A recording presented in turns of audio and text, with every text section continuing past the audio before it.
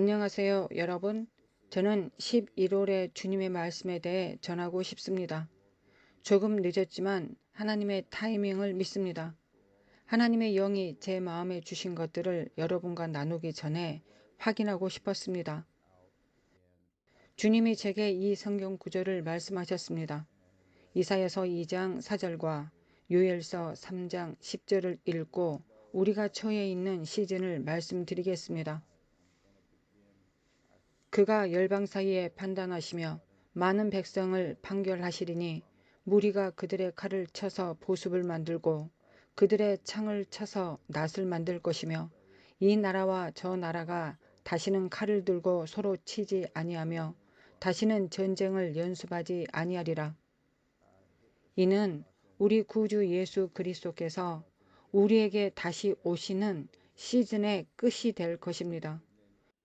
우리는 모두 승리의 마지막 때에 있을 것입니다. 요엘서 3장 10절입니다. 너희는 보습을 쳐서 칼을 만들지어다. 낫을 쳐서 창을 만들지어다. 약한 자도 이르기를 나는 강하다 할지어다. 이사야는 너희가 칼을 쳐서 쟁기를 만들라고 했습니다. 그러나 요엘은 너희가 보습을 쳐서 칼을 만들라고 했습니다. 우리는 이전에 본 적이 없는 영적 전쟁의 시즌에 들어가고 있으며 영적 전쟁은 자연적 전쟁으로 예고될 것입니다. 여러분은 지난달 주님의 말씀을 들으셨을 것입니다. 저는 네탄야후가 전쟁을 선포하는 것을 보자마자 주님이 제게 예언적으로 말씀하셨다는 것을 알았다고 말했습니다. 우리는 제3차 세계대전의 시작으로 건너갔습니다. 지난 영상에서 이 말을 했습니다. 저는 두려움을 조장하는 사람이 아니지만 우리가 새로운 세계대전의 정점에 있다고 믿고 있습니다. 지금 우리는 어디에 있습니까? 주님의 말씀은 이것입니다. 성경에서 우리가 가정용 도구인 보습을 쳐야 하는 시즌에 있다고 선포합니다. 우리는 보습을 쳐서 칼을 만들어야 합니다. 낫을 쳐서 창을 만들라고 말씀하십니다. 약한 자가 나는 강하다 말하게 하라고 하십니다. 하나님의 말씀하시는 것을 보십시오. 약한 자가 노래를 부르고 약한 자가 나는 강하다 말하게 하라고 하십니다. 새로운 전쟁이 시작되고 있습니다. 지금 우리가 해야 할 일이 무엇인지 추측해 보십시오. 주님은 내가 전쟁 시즌을 위해 너희를 준비시키고 있다고 말씀하십니다. 주님이 제게 말씀하신 것을 들어보십시오. 주님이 영원한 전쟁을 준비하라고 말씀하셨습니다. 이것은 제1차 세계대전이나 제2차 세계대전과 같은 전쟁은 아닐 것입니다. 이것은 현대에 벌어지는 전쟁이 될 것입니다. 그것은 영원한 전쟁처럼 보일 것입니다. 우리는 여러 나라에서 불꽃 튀는 영토 전쟁을 보게 될 것입니다. 주님이 제게 말씀하셨습니다. 2025년은 전쟁의 해를 위해 교회를 준비하는 중요한 해가 될 것이다. 교회가 기도하는 법을 배워야 한다. 그리스도의 몸이 중보하는 법을 배워야 한다. 하나님의 보좌 앞에서 무릎을 꿇고 전쟁하는 법을 배워야 한다. 우리는 이를 위해 오랫동안 훈련받아 왔습니다. 이제 우리는 국가들에서 끝없이 전쟁이 일어나는 것을 보게 될 것입니다. 우리는 세계 도처에서 적대감을 보게 될 것입니다. 우리는 전쟁이 다시는 일어나지 않을 것이라는 희망으로 시작된 유엔과 같은 프로젝트의 실패를 보게 될 것입니다. 유엔이 실제로 우리에게 약속한 바로 그 전쟁을 일으키기 위해 일어서는 것을 보게 될 것입니다. 우리가 자연스럽게 그 일에 들어가고 있기 때문에 그것이 또한 의미하는 바가 무엇인지 추측해 보십시오. 그리스도의 몸이 영적인 전투를 벌일 준비가 되어 있어야 한다는 것을 의미합니다. 당신이 그것을 믿는다면 댓글에 나는 전사이다 라고 입력해 주십시오. 우리는 영적으로, 자연적으로 여러 전선에서 새로운 전쟁을 벌일 것입니다. 이전과는 전혀 다른 폭력의 영을 보게 될 것입니다. 그것은 무엇을 의미합니까? 가정에서 사용하는 도구로 사용했던 바로 그것입니다. 성경은 그것을 쳐서 보습을 만들라고 말합니다. 당신이 칼을 쳐서 보습을 만들면 순서를 바꿔야 합니다. 왜냐하면 예언적 사람으로서 우리는 전쟁을 준비해야 하기 때문입니다. 예언적으로 말씀드립니다. 여러분 중 일부는 하나님, 저는 전쟁에 맞서 싸울 만큼 강하다고 느끼지 않습니다. 제 몸이 너무 약해졌습니다. 너무 피곤합니다. 제가 방금 나왔던 지난 전쟁에서 너무 지쳤습니다. 하나님, 저는 지금 전쟁 중이고 해방시키는 방법을 모르겠습니다. 라고 말을 할 수도 있습니다. 주님이 당신에게 말씀하십니다. 약한 자도 이르기를 나는 강하다 할지어다. 하나님은 말씀하셨습니다. 소년이라도 피곤하며 곤비하며 장정이라도 넘어지며 쓰러지되 오직 여호와를 앙망하는 자는 새 힘을 얻으리니. 이전 전투로 인해 지쳐있는 형제 자매를 위하여 기도합니다.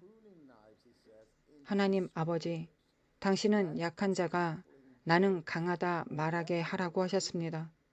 저는 지금 당신에 대한 강함을 말하고 있습니다. 지금 당신에 대한 기쁨을 말하고 있습니다. 예수님의 이름으로 기도합니다. 이제 우리가 새로운 전쟁 시즌에 들어선다는 것은 어떤 모습일까요?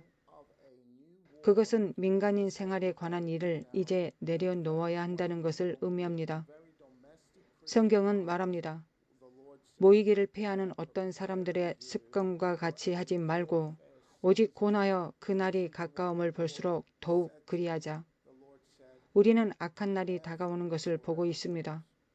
저는 우리가 문자 그대로 마지막 때에 살고 있다고 믿고 있습니다. 예수 그리스도의 재림 전 마지막 순간에 있습니다.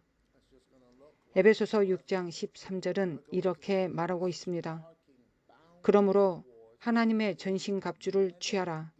이는 악한 날에 너희가 능히 대적하고 모든 일을 행한 후에 서기 위함이라.